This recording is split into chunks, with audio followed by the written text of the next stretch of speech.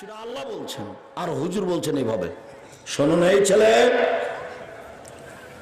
মোহাম্মদ সাহেব বলতে পারেন উপরে কি নিয়ে হইচই হচ্ছে? জি বলতে পারি। আদমের ছেলেমেয়ের পাপ কিভাবে মিটে যাবে সে নিয়ে হইচই হচ্ছে। এক, সুন্দর করলে অজু করে, সুন্দর করে অজু করলে পাপ মিটে যায়। দুই, পায়ে হেঁটে মসজিদে গেলে পাপ মিটে যায়। তিন, সলাতের পরে মসজিদে বসে তাসবিহ তাহলিল জিকির আজকার করলে পাপ মিটে যায়। এই কথা বলার পরে বলছেন আল্লাহর নবী, মান ফাআলা হাযা আসা বিখাইরিন ওয়া মাতা বিখাইরিন, এমনটা কেউ যদি করতে পারে তার মরে যাওয়া ভালো, তার বেঁচে থাকা ভালো, তার মরে যাওয়া ভালো, তার বেঁচে থাকা ভালো। এই তিনটা কাজ যদি কেউ করে, তার মরে যাওয়া ভালো, তার বেঁচে থাকা ভালো। এখনো বাক্য শেষ হয়নি। এবার আল্লাহ রাসূল বলছেন, ওয়া কানা মিন খাতিতিহি কায়ামিন ওয়ালাদাতহু, আর লোকটা পাপ থেকে হয়ে যায় সেই দিনের মতো যেদিন তার মা তাকে জন্ম দিয়েছে। লোকটা হয়ে যায় সেই দিনের মতো যেদিন তার মা তাকে জন্ম দিয়েছে, নিষ্পাপ হয়ে যায়।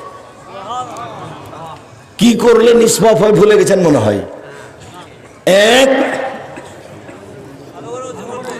সুন্দর করে ভালো করে ওযু করা। দুই, পায়ে হেঁটে মসজিদে যাওয়া। তিন, সালাত শেষে মসজিদে বসা থেকে তাসবিহ তাহলিল জিকির আজকার করা। এই তিনটে মনে থাকবে তো? যাওয়ার সময় তো বলবে তিনটে হয়ে যাবে সেই দিনের মতো যেদিন তার মা তাকে জন্ম দিয়েছে, নিষ্পাপ হয়ে যাবে।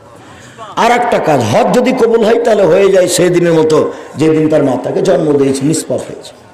আর একটা, অসুখ হওয়ার পরেও যদি কেউ বলে আলহামদুলিল্লাহ, তাহলে সে হয়ে যায় সেই দিনের মতো যেদিন তার মা তাকে জন্ম দিয়েছে।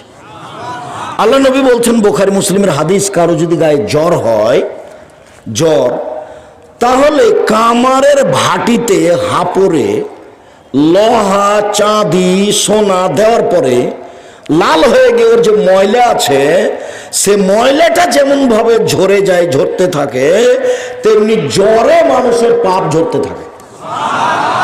হাদিস বুখারী মুসলিমের হাদিস।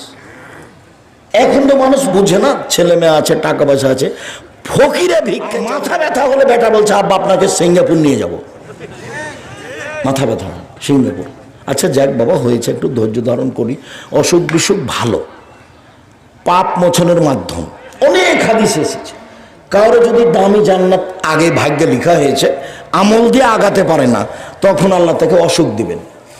অসুখ দিয়ে তার নেকি বেশি করে তো ওখানে দিবেন। হাদিস সহিহ। এখন মাথা ব্যথাতেই তো তোমার বাপকে সিঙ্গাপুর নিয়ে যাবা, তো আর তোমার কাছে যখন ফকির আসে তখন তুমি কি বলো? কতদিন বললাম আমি, 34 বছর থেকে বলছি, বাড়ি থেকে যখন তুমি বের হওয়া তখন তোমার মাকে বলিও, আম্মা আমাকে কিছু খুচরো টাকা দেন তো আম্মা, 5 টাকা 10 টাকা ফকিরকে আমি দিব। অনেক সময় আম্মা আমার কাছে 500 টাকা 1000 টাকা নোট থাকে, তো ফকির ভিক্ষা চাইলে খালি বলা লাগে মাফ করো। আর আপনাকে আমি বলি, আপনি ব্যবসায়ী মানুষ, সব সময় ড্রাইভারকে বলে রাখ, ভাই 500 টাকা 1000 টাকা 10 টাকা নোট রাখবে, 20 টাকা আমার গাড়ি থেকে সামনে থেকে কোনো ফকির যেন ফিরে না যায়। আচ্ছা 10 টাকা করে দেন যদি ফকিরকে, সারাদিনে যদি 500 টাকা দেন, 500 টাকা কতটি 10 টাকা? অনেক নয়, শেষই করতে পারবেন না আপনি।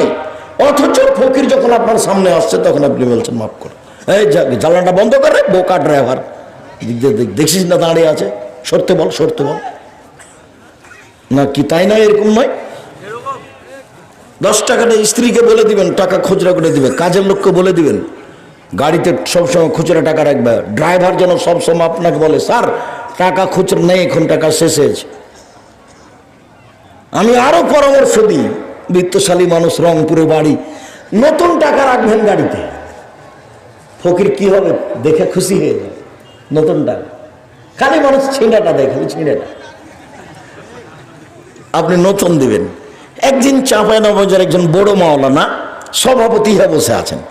তা আল্লাহ নবী বলেছেন, ইহুবিল্লাহ আখি মা ইহুবিল্লাহ নাফসে, নিজের জন্য যেটা ভালোবাসে অপর জন্য সেটা ভালোবাসতে হবে।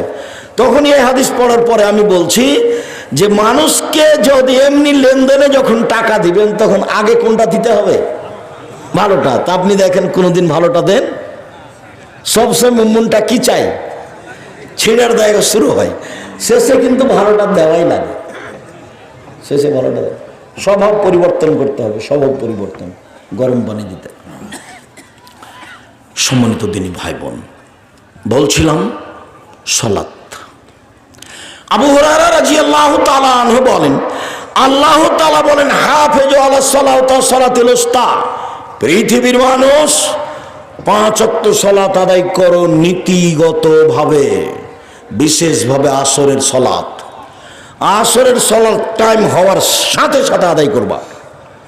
যারা সূর্য ডুবার পূর্বে আসরের সালাত আদায় করছে, ওই এলাকায় বসবাস করলে আপনি একাই পড়ে নেবেন। যারা ফজরের সালাত সূর্য ডুবার আগে আদায়, সূর্য ওঠার আগে আদায় করছে, আপনি নির্ধারিত সময়ে আগে পড়ে নেবেন, আগে পড়েন। এই যে ধারাবাহিক কয়েকটা হাদিস পেশ করি। আবু হুরায়রা রাদিয়াল্লাহু তাআলা আনহু বলেন, রাসূল সাল্লাল্লাহু আলাইহি সাল্লাম বলেছেন,